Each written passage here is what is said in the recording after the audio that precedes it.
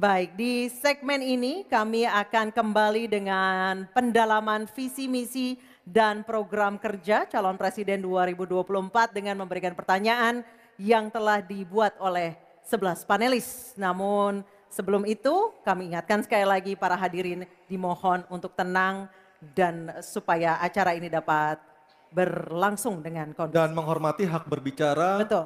calon presiden yang sedang berbicara, Nisa ya. Dan untuk segmen ketiga ini pertanyaan dimulai untuk calon presiden nomor urut 2 Bapak Prabowo Subianto dan kami persilakan kepada panelis Ibu Iren Gayatri untuk mengambil undian subtema pertanyaan di dalam fishbowl. Kami persilakan Bu Iren.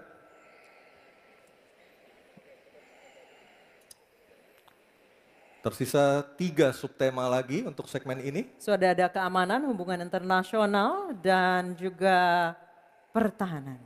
Ya. Diperlihatkan Ibu Iren. Politik luar negeri. Oke, baik. Politik luar negeri. Selanjutnya panelis Bapak Kusnanto Anggoro untuk mengambil undian daftar pertanyaan dari fishbowl dan mohon diperlihatkan huruf yang tertera. Huruf A, B, atau C yang akan dipanggil oleh Pak Kusnanto Anggoro. Silakan Pak Kus. Huruf C, politik luar negeri. Baik, saya akan ambil. Politik luar negeri. Amplopnya. C, politik luar negeri masih tersegel. Silakan Anissa. Baik, ini amplopnya masih tersegel Bapak Ibu. Dan kami ingatkan sekali lagi para calon presiden untuk mendengarkan dengan seksama karena pertanyaan tidak akan kami ulangi. Dan pertanyaan untuk calon presiden nomor urut 2 Bapak Prabowo Subianto.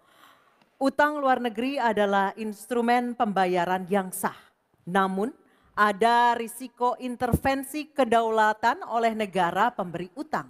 Pertanyaannya, apa kebijakan paslon untuk menghindari intervensi kedaulatan Indonesia akibat utang yang terus bertambah? Waktu menjawab 2 menit Pak Prabowo, kami persilahkan. Baik, mengenai utang luar negeri, ternyata Indonesia sekarang hutang luar negeri kita sebagai rasio perbandingan terhadap produk domestik bruto kita salah satu terendah di dunia. Jadi masih kita sekitar berada di sekitar 40%, sedangkan banyak negara jauh di atas kita.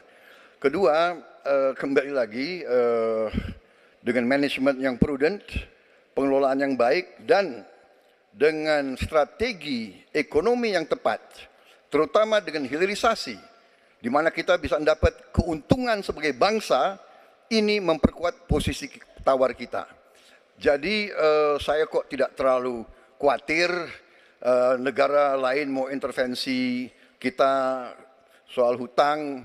Kita sangat-sangat dihormati, kita tidak pernah default. Saya keliling seluruh dunia, mereka sangat hormat dengan Indonesia, kita tidak pernah gagal hutang. Dan saya sangat optimis, tapi kembali kita harus punya kekuatan pertahanan yang kuat supaya tidak bisa diintervensi, tidak bisa digertak, tidak bisa diintimidasi. Hanya dengan kekuatan kita akan dihormati dan kita akan amankan kekayaan kita, amankan ekonomi kita, amankan pembangunan kita menuju Indonesia makmur, Indonesia kaya. Terima kasih. Masih ada sisa waktu Pak Prabowo? Ya, mohon tenang. Saya tegaskan kembali ya bahwa pelajaran sejarah manusia yang lemah akan selalu ditindas. Kita lihat saja apa yang terjadi di Gaza. Kita tidak boleh lemah, kita tidak boleh. Baik, waktu habis.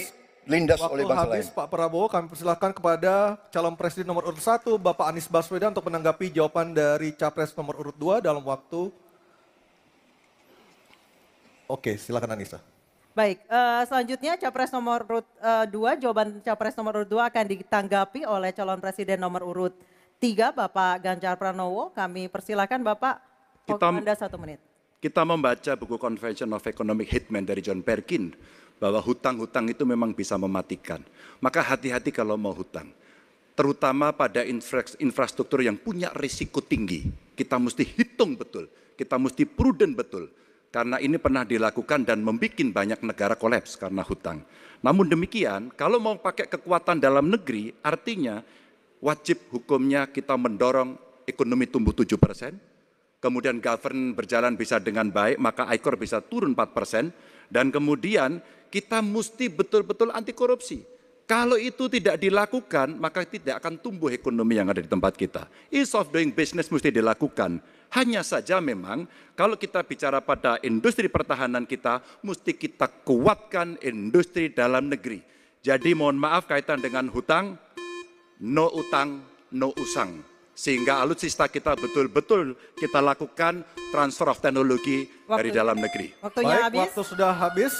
Mohon tenang, mohon tenang, mohon tenang. Sekali lagi mohon tenang. Kami persilakan kepada calon presiden nomor urut 1, Bapak Anies Baswedan menanggapi jawaban dari capres nomor urut 2 dalam waktu 1 menit, Pak Anies.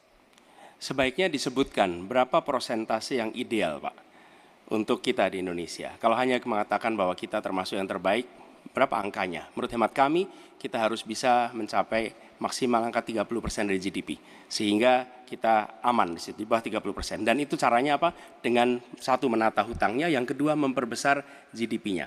Yang tidak kalah penting adalah melakukan pengembangan skema-skema yang lebih kreatif dalam mencari hutang luar negeri, termasuk pelibatan swasta.